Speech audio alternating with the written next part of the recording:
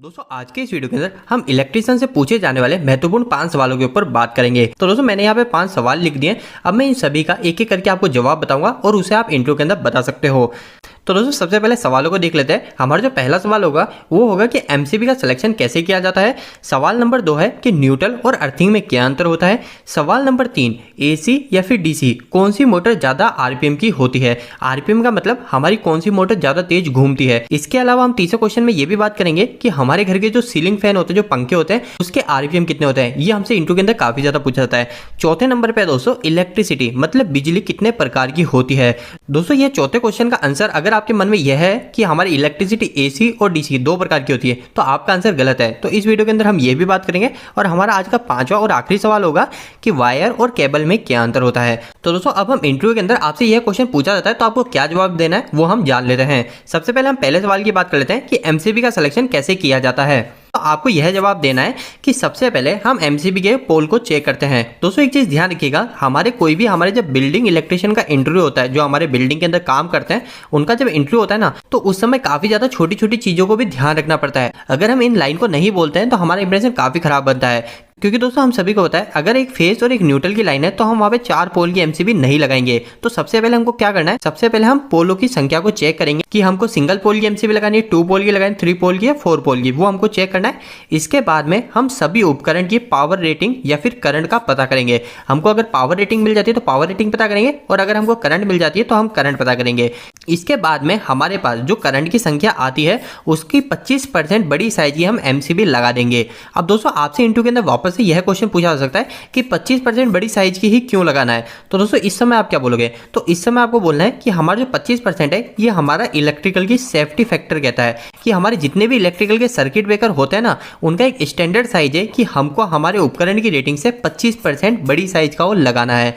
तो हमारी जो एमसीबी होती है वो एमसीबी भी हमारी एक सर्किट ब्रेकर है। तो एमसीबी के केस में भी हमको 25% बड़ी साइज की वह लगानी चाहिए। इसके बाद में दोस्तों हमारा दूसरा क्वेश्चन है कि न्यूट्रल और अर्थिंग में क्या अंतर होता है। दोस्तों ये काफी ज्यादा इंपॉर्टेंट क्वेश्चन है तो इसका हम आंसर देख लेते हैं। दोस्तों सबसे पहले आपको न्यूट्रल के बारे में बताना है कि न्यूट्रल क्या होता है। तो आपको इंटरव्यू के अंदर यह बोलना है कि न्यूट्रल पॉइंट हमें ट्रांसफार्मर के द्वारा मिलता है। न्यूट्रल का उपयोग हमारे इलेक्ट्रिकल सर्किट को पूरा करने के लिए किया जाता है। तो दोस्तों आपको ये तो पता चल गया कि न्यूट्रल हमें ट्रांसफार्मर से मिल रहा है, पर इसके बाद में जो दूसरी लाइन वो कह रही है कि न्यूट्रल का उपयोग इलेक्ट्रिकल सर्किट को पूरा करने के लिए करते हैं। तो इसमें इलेक्ट्रिकल सर्किट का मतलब क्या है आपको मैं बिल्कुल आसानी से समझा दूं ताकि आप कभी भी इस लाइन को भूलोगे नहीं। दोस्तों देखिए क्या है, ये एक हमारे पास में एक बल्ब है, ठीक है, एक हमारे पास लैंप है। अगर मैं इसको एक ओनली फॉर फेस से जोड़ देता हूँ, ठीक है, इस साइड मैंने इसको फेस से जोड़ दिया, जबकि इसको चलने के लिए क्या चाहिए, एक फेस और एक न्यूट्रल चाहिए, पर मैंने इसको इधर ओनली फॉर एक फेस से जोड़ दिया।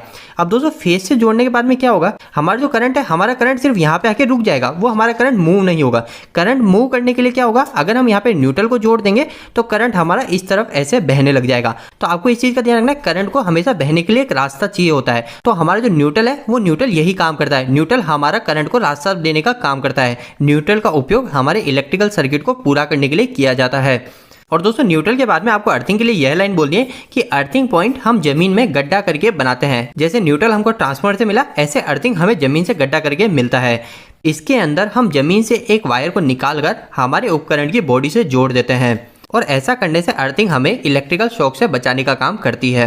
और दोस्तों अगर आपको इंटरव्यू के अंदर इतना बड़ा आंसर नहीं देना, आपको सिर्फ 2 लाइन बोलनी है, तो आप क्या लाइन बोलोगे, आप यह बोलोगे कि न्यूट्रल का उपयोग हमारे इलेक्ट्रिकल सर्किट को पूरा करने के लिए किया जाता है, जबकि अर्थिंग का उपयोग हमें इलेक्ट्रिकल शॉक से बचाने के लिए किया जाता है। अब दोस्तों इंटरव्यू के अंदर इसके बाद में तीसरा सबसे ज्यादा जो क्वेश्चन पूछा जाता है वो पूछा जाता है कि एसी या फिर डीसी कौन सी मोटर के आरपीएम ज्यादा होता है, कौन सी मोटर हमारी ज्यादा तेज घूमती है। दोस्तों आरपीएम का मतलब क्या होता है ये आपको पता होना चाहिए। आरपीएम का मतलब होता है रेवोल्यूशन पर मिनट या फिर आप ये बोल सकते हो रोटेशन पर मिनट। हमारी जो मोटर का रोटर होता है जो घूमता है वो हमारा 1 मिनट के अंदर कितने चक्कर लगा रहा है वो होता है हमारा आरपीएम। तो हमसे यही प्रश्न पूछा जाता है कि एसी या डीसी कौन सी मोटर ज्यादा तेज घूमती है। तो दोस्तों आपको इस समय जवाब देना है कि डीसी मोटर के आरपीएम एसी से ज्यादा होता है, मतलब हमारी डीसी मोटर ज्यादा तेज घूमती है। इसके अलावा दोस्तों आपको यह भी पता होना चाहिए कि हमारे घर के सीलिंग फैन कितनी तेज घूमते हैं, ये भी आपसे इंटरव्यू के अंदर पूछा जाता है।